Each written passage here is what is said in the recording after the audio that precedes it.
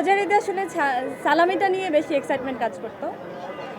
সালামি নিয়ে কাড়াকাড়িও হতো, কারণ আমার কাজিনরা সব আমার আমার সমসাময়িক বয়সের। একজন আছে স্বর্ণা, ওর সাথে খুব মানে মারামারি লেগে যেত যে এটা আমার টাকা, এটা আমার সালামি, এইসব নিয়ে। তো ওগুলো মনে পড়ে যে ছোটোবেলায় কত আসলে মজাটা করতাম।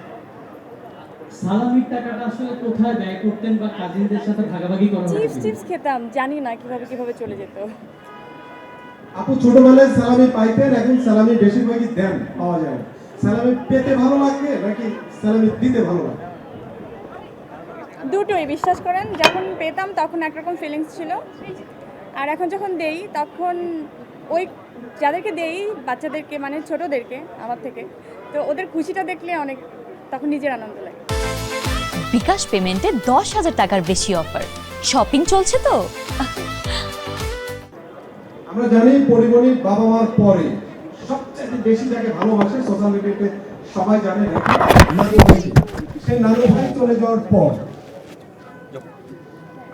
আপনার ভিতরে একেবারেই সুন্দর এই নানু ভাইয়ের জন্য এই রমজান মাসে মানে কি কি করা হয়েছে? নানু ভাইয়ের জন্য আর কি করবো, দোয়া ছাড়া। উনি তো চলেই গেছেন, তো দোয়াটাই করা হয়। আর কি করবো বলেন, আর তো কিছু করার নেই আমার।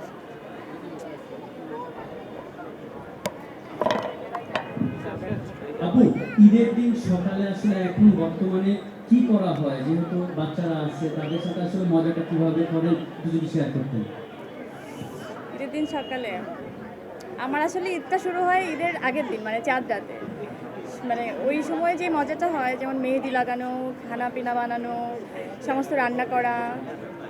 এখন এখন তো ঈদে সমস্ত রান্না আমি নিজের হাতে করি, এবং বাচ্চাদের জন্য এখন বাচ্চারা যেহেতু মানে কী বলে হোমমেড ফুড খাওয়া শিখেছে, তো ওদের জন্য স্পেশাল করে রান্না করা, এটা খুব আনন্দের।